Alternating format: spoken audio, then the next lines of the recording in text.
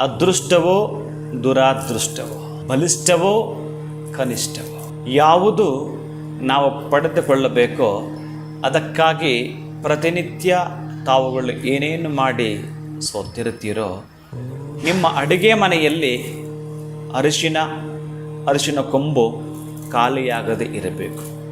ಆಕಸ್ಮಿಕ ಖಾಲಿಯಾಗಿದ್ದರೆ ಅರಿಶಿನವನ್ನು ತಂದಿಡುವುದು, ಆ ಅರಿಶಿನ ಕೊಂಬಿಗೆ ಕೆಂಪು ದಾರವನ್ನು ಸುತ್ತಿ ನಿಮ್ಮ ಆ ಅರಿಶಿನದ ಡಬ್ಬಿಯಲ್ಲಿ ಇಡುವುದು.